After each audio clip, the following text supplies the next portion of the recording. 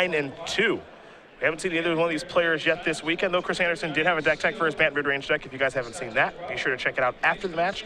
But keep your eyes on the match, as Chris is going to play a Forest. It looks like an Elvish Mystic, and we are underway here in round number 12. A Fleece main line here for Hoey, as both these gentlemen are former Legacy Open champions on the Open Series. Matt typically playing Stoneforge Mystic strategies. Chris, I know, got his Legacy one with the old Tezzerator deck back in the day. Well, that is all the way back. A little while ago. Him and Chris Van Meter had a lot of success with that deck. Chris was able to get a trophy with it.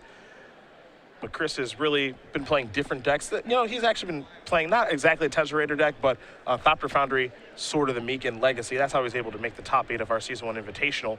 And his standard deck of choice at that particular tournament was Green-White Devotion. Now, he's not exactly playing Green-White Devotion, but some similar cards like Whisperwood Elemental here. Well, you wouldn't know that he wasn't playing Green-White Devotion so far with 2 forests, Temple of Plenty, an Elvish Mystic, as Sylvan Carey added, now Whisperwood Elemental. Yeah. Looking like a Green-White Devotion start to me. It's a very, very nice start, as here comes the old Death Mist Raptor. It does have Death Touch, so a very safe attack there. See what Hoey can put together. This Megamorph deck has been very, very popular this weekend here. There's a Siege Rhino. So a little drain, a little gain, for Matt.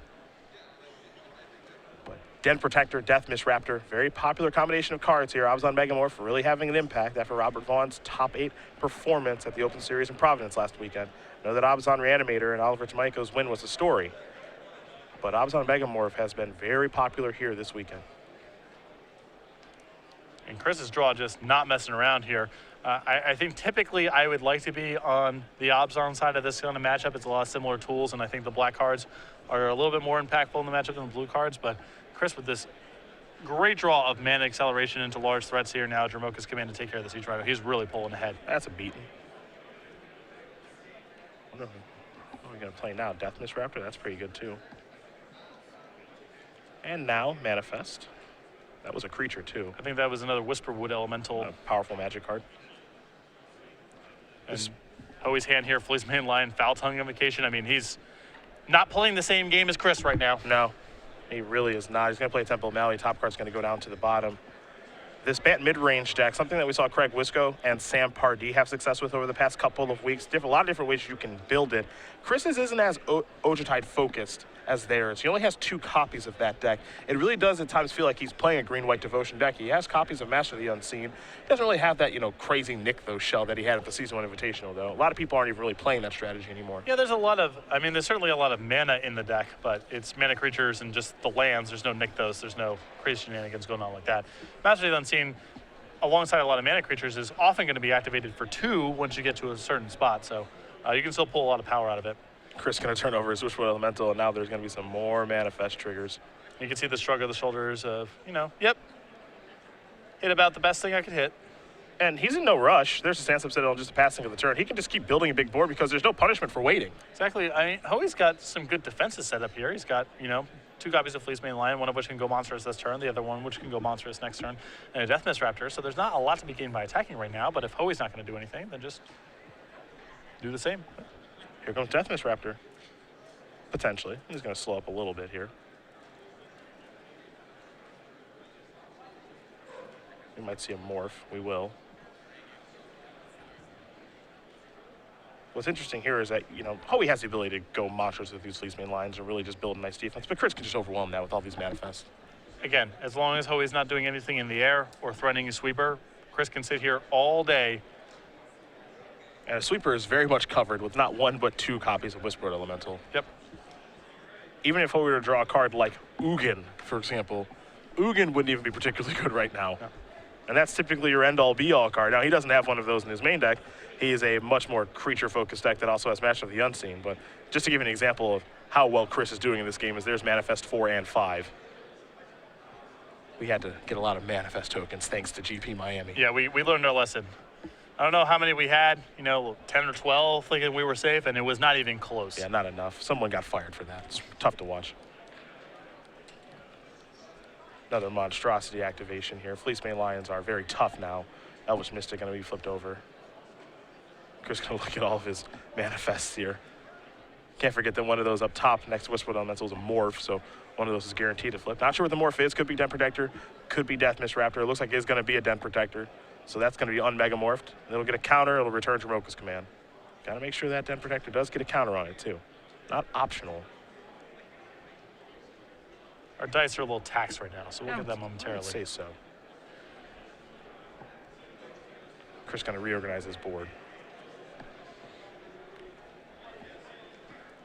Chris breaking out the grid.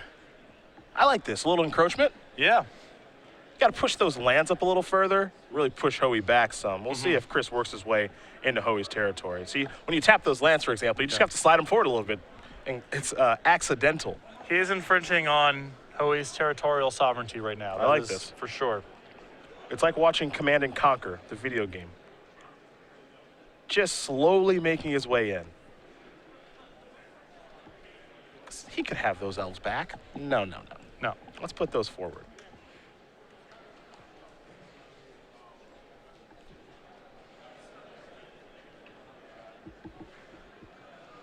There you go. See, that was a nice slide. I caught that. Slid those up just a little bit.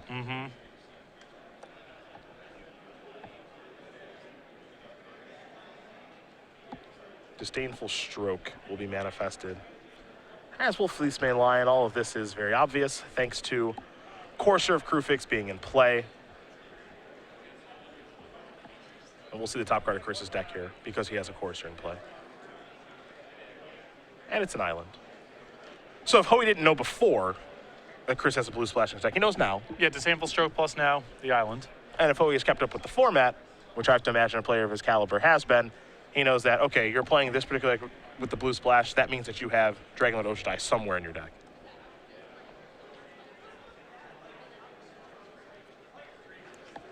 Chris will untap. Take a draw step. It's the island. Sylvan Caryatid on top of the deck. Island will enter the battlefield. Courser will trigger twice as there are 2 in play. Chris has that Dramoka's Command in hand. Better Den Protector as well. Yeah, you know, it's just an issue of developing the board to be overpowering enough to attack through this because Hoey's got really good blocking in play. There's a Death Miss Raptor. Here's another Death Miss Raptor. Caryatid is 1. Courser is 2. And this might be as simple right now as Chris just looking for Dragonlord Oshtai.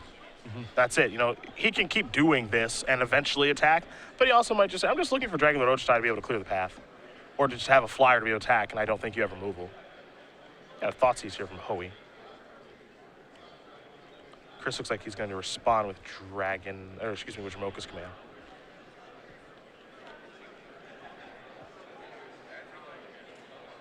Though he may not. There's Den Protector in his hand too, and just say, Yeah, whatever. good luck picking one of these cards. There goes Den Protector. Rhino. There'll be a trigger. Andersen's going to go down to 10. Command.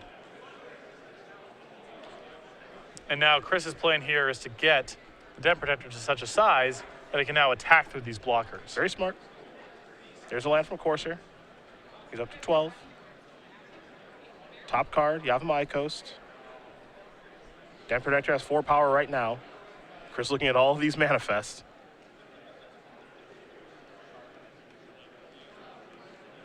Death Touch. Den Protector maybe. He's going to slow down a little bit. Another command. He wants to get one more counter on the Den Protector. Yep. Probably kill the Death Miss Raptor too, somehow. Cause can't kill the Fleecemane Lions, obviously. Yeah. He has not a lot else to be done with it. Yep. And he gets the option of getting that Death Miss Raptor back whenever he's feeling like it because he's got a sea of manifest tokens, some of which can be unmorphed into creatures.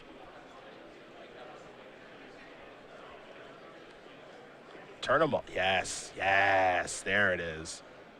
Easy mode. Yep. Turn them all. Or at least most of them. Yeah, he doesn't want the 4/4 Whisperwood Elemental to be in combat and get eaten by one of the Fleecemane Lions, but if Hoey is willing to double block the 5/5, that's fine. He might be able to just attack with the This might just be lethal. Yeah, because he has to block the 2 biggest creatures, and there's so much damage coming across. And that's exactly what's going to happen. Chris Andersen's going to win game number 1 here over Matt Hoey. Bant mid-range, up a game here over Robzon Megamorph off the power of Whisperwood Elemental. An unchecked turn 3 Whisperwood Elemental was the entire game, even though Hoey was doing some reasonably powerful stuff on his own.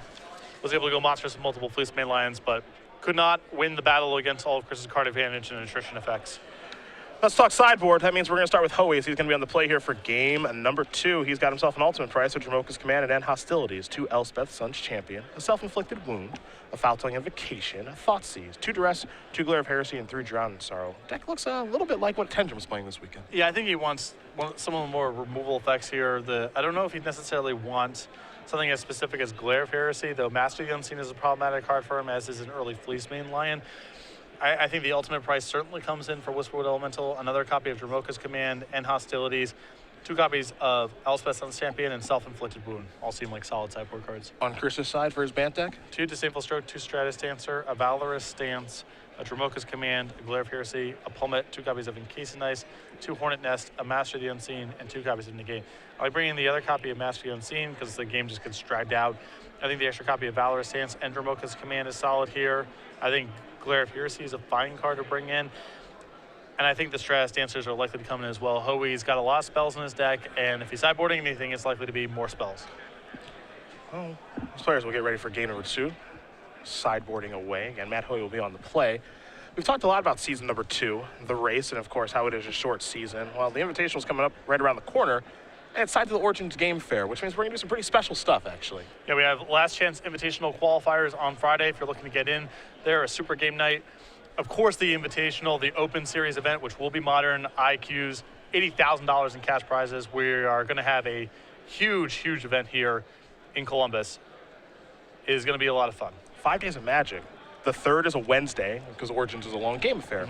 So the 3rd is a Wednesday, the 7th is a Sunday. So if you're looking for a bunch of Magic, you're going to be in Columbus, Ohio, June 3rd through the 7th. And if you are fortunate enough to win an Invitational, of course, you're going to get $10,000, which is pretty sweet. You also get your likeness on a card, like Jacob Wilson did for Season 1. Yeah, this is the Jacob Wilson Monastery Monk token. He got this as a result of winning the Season 1 Invitational in Richmond, Virginia.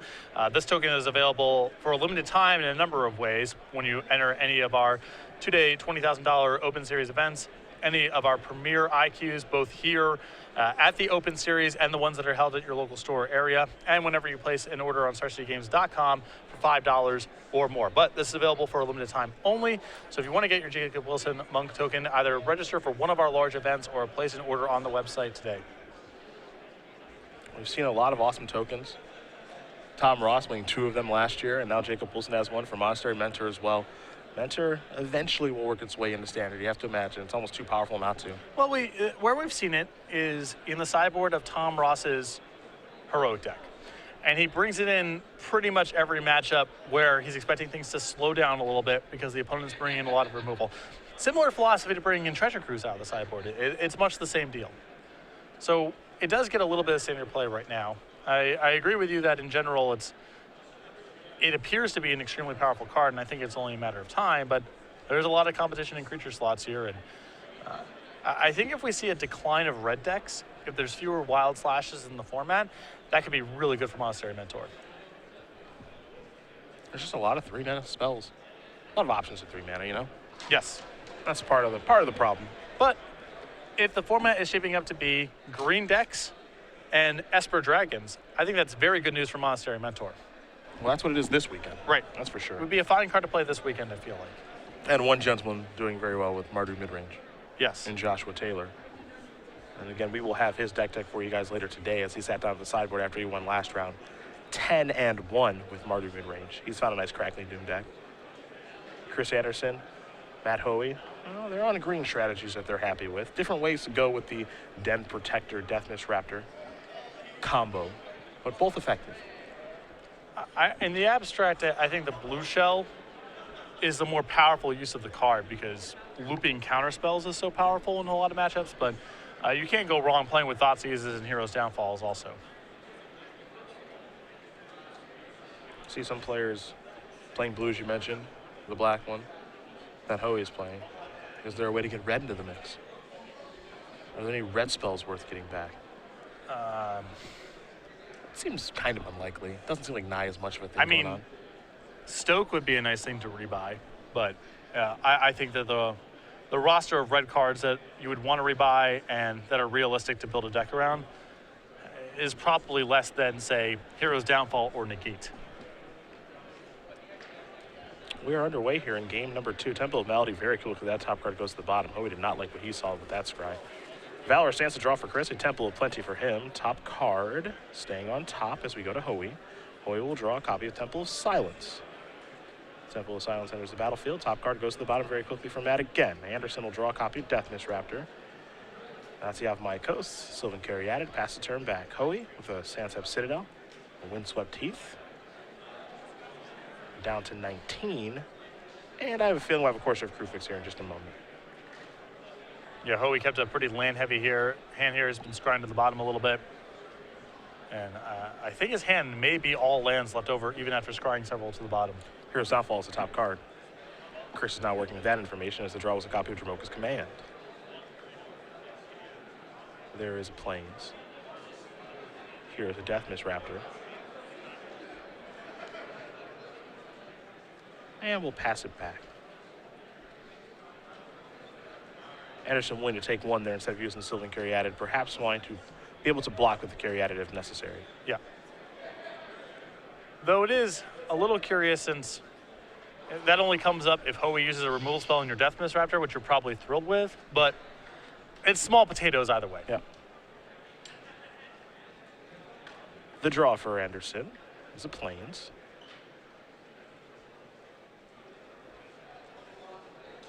He will put the Plains on the battlefield. And now play a Morph. Raptor. Red zone maybe, yes.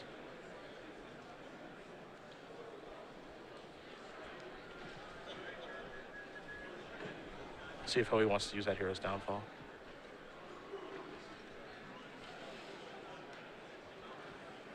Looks like he does not.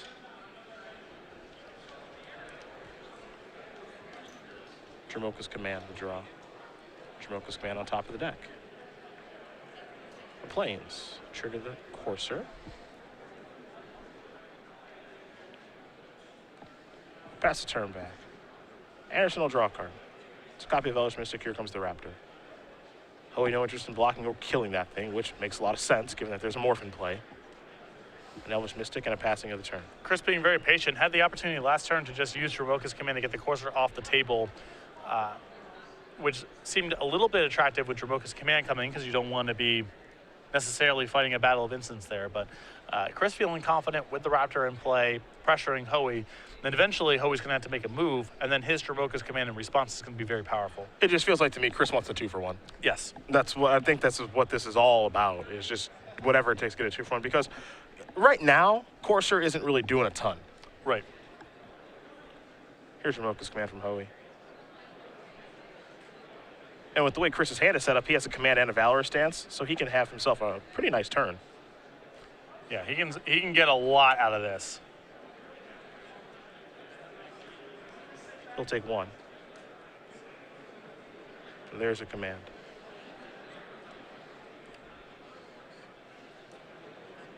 So +1/+1, and probably make him sacrifice an enchantment.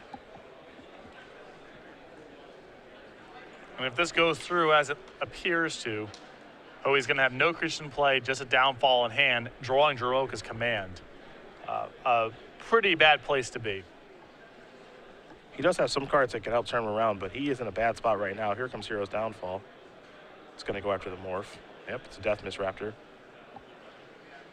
I actually do like a lot how Chris played this particular game, because the way that he played this game, he made it seem like that's a Den Protector. Yep.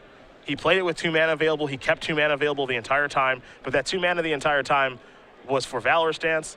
It was for Dromoka's Command. It was not for Den Protector, and he actually just has Den Protector in his hand, which he is playing as a Morph right now. And I just love the effort to squeeze out a 2-for-1 when both players have mulligans. Yep. Because it's just so pronounced when both players own 6 cards. All those 2-for-1s represent just a huge percentage of the player's total cards to work with. There's a Master of the Unseen. Chris is going to unmorph his Den Protector now. Give me that Deathmiss Raptor back. Give me that Dromoka's Command back. Hoey, I think, is done playing this game. Yeah, he's just letting this one go. Yeah, he's letting it go because he's getting absolutely crushed. And he had spells left over. Just nothing to do. Yeah, he's getting crushed. Chris Andersen's going to win this game and match over Matt Hoey. 2-0. Chris he's playing some Magic right now. He is. He is having one heck of a year, and it's another win for him. He's 10-2 with this Bant mid-range deck, and coming into this tournament, he even said, I felt like I have a really, really good deck for this tournament, and one that's not really being played enough, and he's putting his money where his mouth is. That was a beating. That was. He had Whisperwood Elemental, which seemed much more powerful than anything Hoey drew in either of the games, and did a very good job of being mana efficient and trying to set the trap for Hoey there to be put into a spot where we'd have to make a move with Dramoka's Commander.